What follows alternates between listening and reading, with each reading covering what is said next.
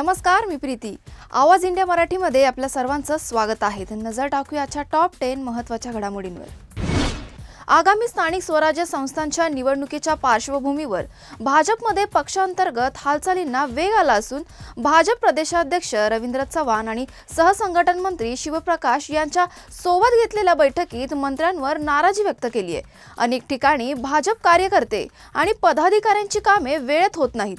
आपले सरकार असूनही कामे विलंबाने होत असतील तर ते योग्य नाही। तसेच प्रत्येक मंत्र्यांनी पक्षाची कामे लवकर होण्याच्या दृष्टीने व्यवस्था तयार करावी असे आदेश त्यांनी दिलेत। राज ठाकरेंच्या मिमिक्रीवर बोलताना अजित पवार म्हणाले की मिमिक्री करणारे मिमिक्री करत राहतील, मी काम करत राहीन। मी आज माझ्या शेतकऱ्यांसाठी महत्त्वाचे निर्णय घेतलेत।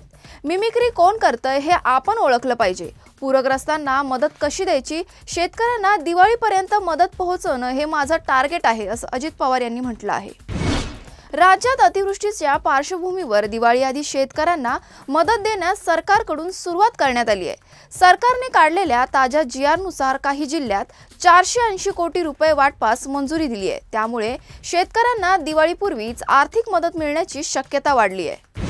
नाशिकच्या सातपूर परिसरातील गोळीबार प्रकरणी अटकेत असलेल्या RPI आठवले गटाचे जिल्हाध्यक्ष प्रकाश लोंढे यांच्या अनधिकृत बांधकामांवर महापालिकेचा हातोडा पडणार असून बांधकाम जमीनदोस्त केले जाणार आहे।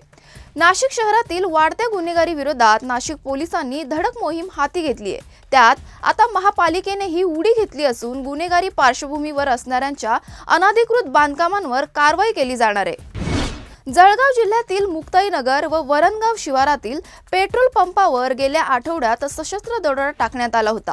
हा पेट्रोल पंप केंद्रीय मंत्री रक्षा खडसे यांच्या मालकीचा असल्याने पोलिसांनी जलद गतीने तपासाची चक्रे फिरवली आहे। येथील सशस्त्र दरोड्या प्रकरणी पोलिसांनी 6 जणांच्या टोळीला ताब्यात घेतलं आहे। मुंबईत उद्योजकाला डिजिटल अरेस्ट दाखवून 58 कोटी रुपये लुटल्याची घटना घडली आहे। मनी लॉन्ड्रिंग प्रकरणात अडकल्याचे सांगून डिजिटल अरेस्टमध्ये फसवण्यात आले। या प्रकरणी सायबर क्राईम पोलिसांकडून तिघांना अटक करण्यात आली असून पोलीस अधिक तपास करत आहेत। मुंबईच्या धावत्या लोकलमध्ये एका गर्भवती महिलेला अचानक प्रसूती वेदना सुरू झाल्या। राम मंदिर स्थानकाजवळ वैद्यकीय सुविधा नसताना प्रवासी विकास बेद्रे यांनी तात्काळ धाडस दाखवत आपल्या डॉक्टर मैत्रीण देविका देशमुख यांना व्हिडिओ कॉल केला। त्यांच्या मार्गदर्शनाखाली वैद्यकीय अनुभव नसतानाही विकासने अत्यंत शांतपणे आणि जबाबदारीने महिलेची यशस्वी प्रसूती केली। घटनेनंतर रेल्वे प्रशासनाने त्वरित कार्यवाही करून आई आणि नवजात बाळाला जवळच्या रुग्णालयात दाखल केले। डॉक्टरांनी सांगितले की दोघांचीही प्रकृती पूर्णपणे स्थिर असून धोका नाही।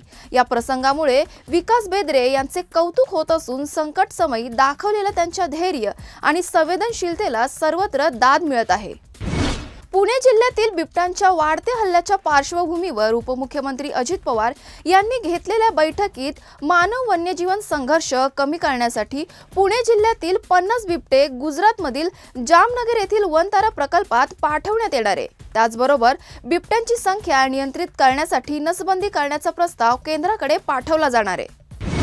तेजस ठाकरे आणि त्यांच्या टीमने पश्चिम घाटातील तिलारी येथे एका नवीन केसाळ गोगलगाईचा शोध लावलाय। लॅगोकायलस हायोओमिझायकी असे नामकरण केलेल्या या प्रजातीमुळे जैवविविधतेच्या अभ्यासात मोलाची भर पडली आहे। या शोधामुळे या लहान प्रजातींच्या अभ्यासाला नवी दिशा मिळाली आहे। EPFOनं सोशल मीडियावरून झालेल्या टीकेनंतर स्पष्टीकरण दिलंय। एखाद्या कर्मचाऱ्याने नोकरी सोडल्यानंतर 75% रक्कम काढू शकतो। तसेच एका वर्षासाठी बेरोजगार राहिल्यास कर्मचारी संपूर्ण रक्कम काढू शकतो असं स्पष्टीकरण दिलं आहे। अशाच महत्त्वाच्या बातम्या बघण्यासाठी पाहत रहा आवाज इंडिया मराठी।